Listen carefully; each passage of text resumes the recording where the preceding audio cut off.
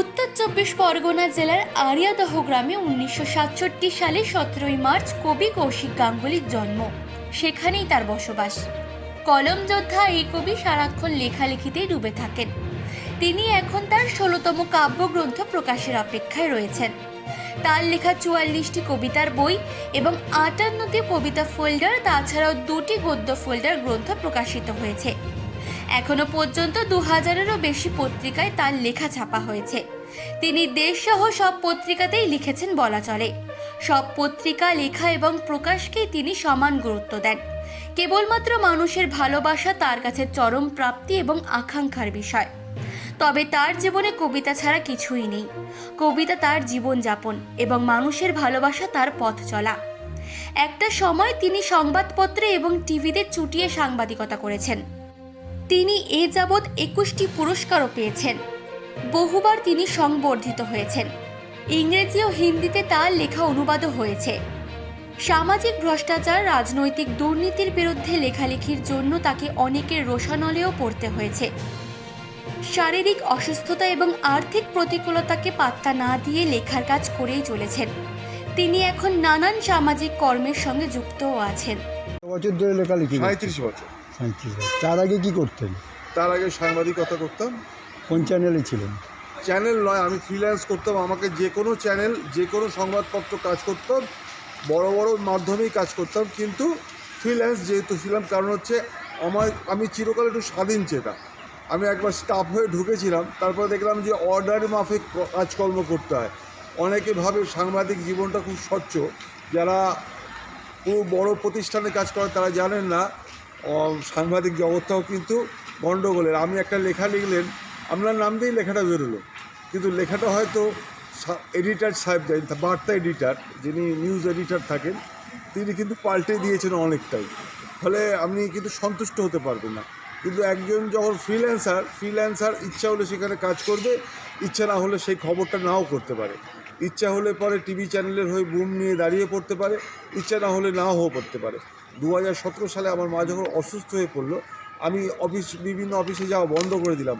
কেউ আমার কাছে কোনো রকম কৈফিয়ত চাইনি যে তুমি কেন আসোনি। এই হচ্ছে ফ্রিল্যান্সের জীবনে সবচেয়ে বড় সুবিধা। এই সময়কে নিয়ে লেখালেখি করি আমি। প্রকৃতি আমার যে লেখায় আসে না তা নয়, প্রেম যে আমার লেখায় আসে না তা নয়, তবে খুবই অল্পতা।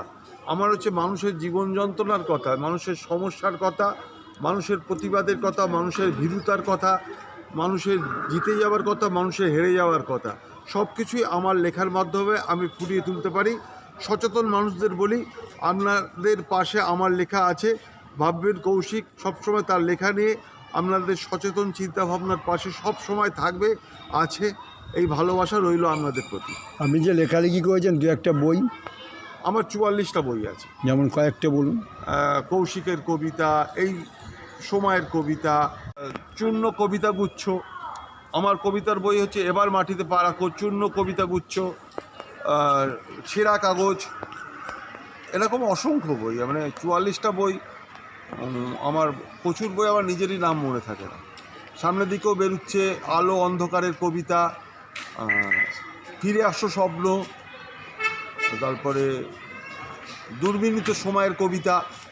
ফলে আমার কবিতার বইগুলো আমার সবসময় মনে পড়ে না। আর প্রকাশকরা নিজেদের পয়সা খরচা করে আমার বই বার করে, সেই জন্য প্রকাশকদের কাছে আমি আন্তরিক ধন্যবাদ জানাই। আর অসংখ্য পত্রিকায় লিখি, 9000-এর মতো লেখা পাবলিশড হয়েছে।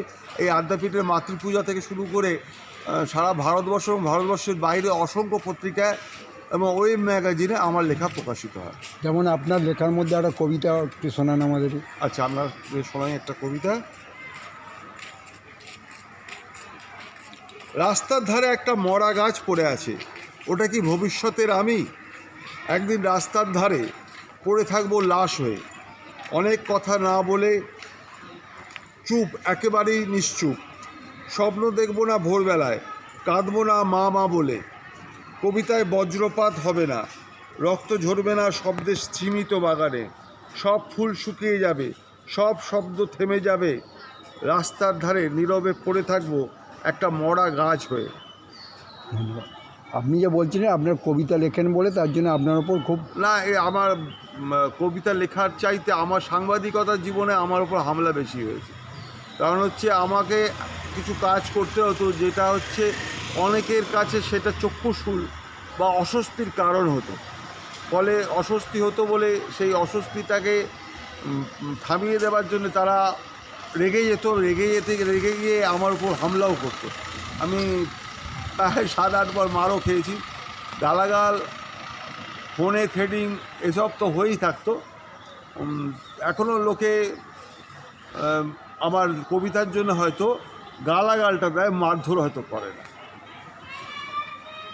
এই যে বইগুলো যে বের করছেন, বইগুলো বের করার জন্য যে প্রকাশক বের করছে ওনাদের খরচা, এখান থেকে আপনার সোর্স অফ না, ইনকাম কবিতা এমন একটা জিনিস সেখানে টাকা পয়সা হয় না। আপনার কীভাবে জীবিকা অর্জন করেন? আমার জীবিকা অর্জন হয়, আমার দাদা আত্মীয় স্বজনরা তারা প্রতি মাসে কেউ আমার খাবার খরচা দেয়, কেউ আমার থাকার ব্যবস্থা করে দিয়েছে। এইভাবেই আমার জীবনটা চলে যায়। কবি কৌশিক গাঙ্গুলি, দক্ষিণেশ্বরে থাকি, আড়িয়াদহে জন্ম। দক্ষিণেশ্বর আদ্যা মন্দির থেকে মানসী বোসের রিপোর্ট, চেতনা বার্তা। জেগে থাকে, জাগিয়ে রাখে।